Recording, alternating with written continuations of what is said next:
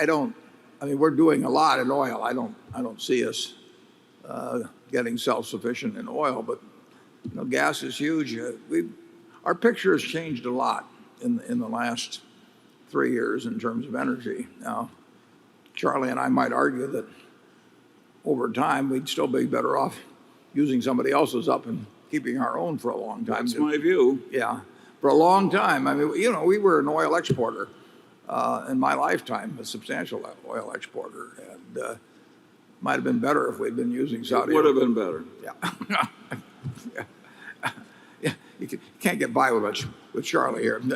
It would have been better. Okay, it would have been better if we had been using Saudi Arabia's oil then and just in effect treated all of this huge reserves we had in places like East Texas and such as a strategic petroleum reserve, which we just kept around for another century. But it would have been much better. Yeah, it would have. But our picture has changed for the better, and that means our current account deficit picture has changed for the better. We've still got a ways to go, but it does look better than 3 or 4 years ago. Don't you think so, Charlie? Well, I think that's a very complex interaction. My view is that the single most precious resource of the United States are its hydrocarbon reserves, the ones that are right here. And of course, I want to use up, and I'm a Puritan. I always want to suffer now to make the future better, because I think that's the way grown-ups should behave.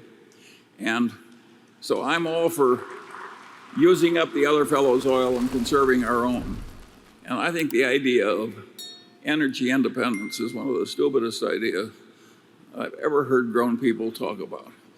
Think of what terrible shape we'd been if we'd achieved total energy independence way earlier. We wouldn't have any oil and gas left at all. Wouldn't that be a wonderful condition? We don't want energy independence. We want to conserve this stuff. And thank God other people have some of this precious stuff they're willing to sell. I have the exact opposite idea on this subject from most people. And of course, I think I'm right.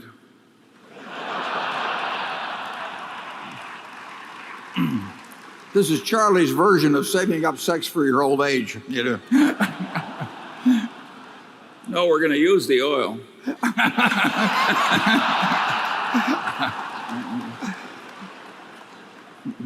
We're depleting our strategic oil reserves. Should the United States be doing something differently, and do you see consequences to these actions in the next 10 years if we do not become more proactive? Well, Charlie's the expert on oil. Well, that only compared to me. Samuel Johnson said it's hard to determine the order of precedency between a louse and a flea. It's hard to tell which of us is more incompetent in oil. Yeah, we're still competing. I have a different view on this subject. I like having big reserves of oil. If I were running the benevolent despot of the United States, I would just leave most of the oil we have here, and I'd pay whatever the Arabs charge for their oil, and I'd pay it cheerfully and conserve my own. I think it's going to be very precious stuff over the next 200 years. And nobody else has my view, so it doesn't bother me. I just think they're all wrong. Yeah.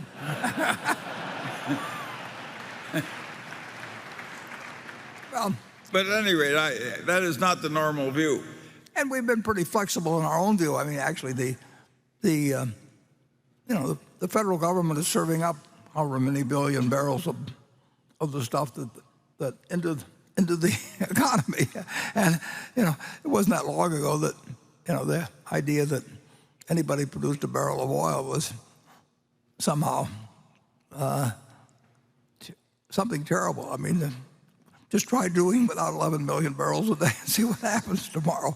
It is something that everybody has a feeling on immediately, and